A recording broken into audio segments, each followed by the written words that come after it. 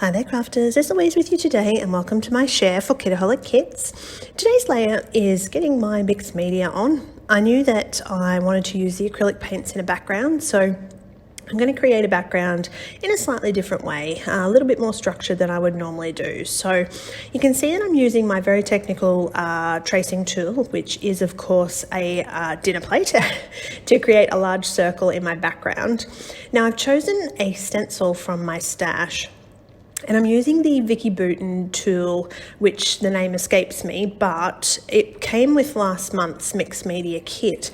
And it's really great to give you this really even spread in your background. So particularly if you're using something quite runny, in this case the acrylic paint, it makes it a lot easier to spread it around, and you can see that the way it goes on the page is really quite neat and allows you that little bit more control. If you were to do this with a paintbrush, you wouldn't get that sort of same effect. You'd have some of that sort of leakage between the elements of your stencil. This gives you a really clean stenciled background.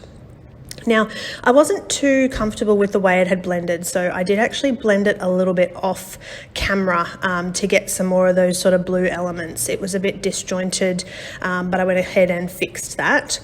At this point, I'm sort of still thinking about what I want to do. I have obviously chosen a photo, but I wanted to get a real grungy kind of feel into the background.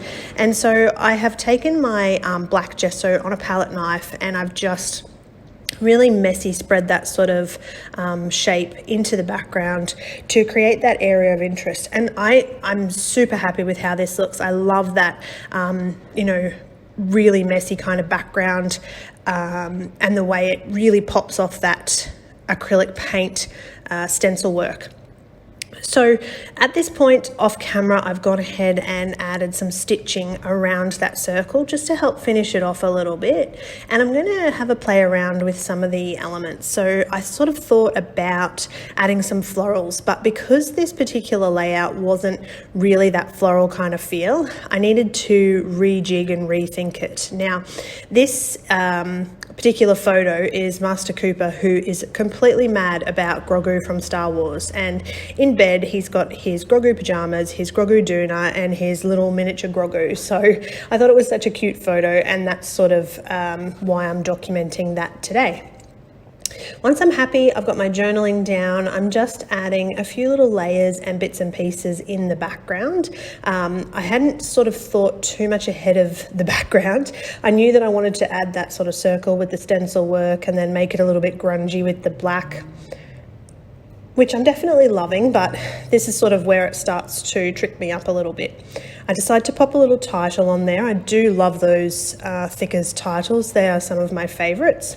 I'm going to add some stickers, and then the final stages of this layout, I'm going to add a few of the little sequins because they're in the greens. I definitely feel like they work super well with the background that I've created. So that's my share today. I hope that you enjoyed that. Thank you so much for watching. If you haven't already, make sure that you subscribe, and of course, check out Kitaholic Kits.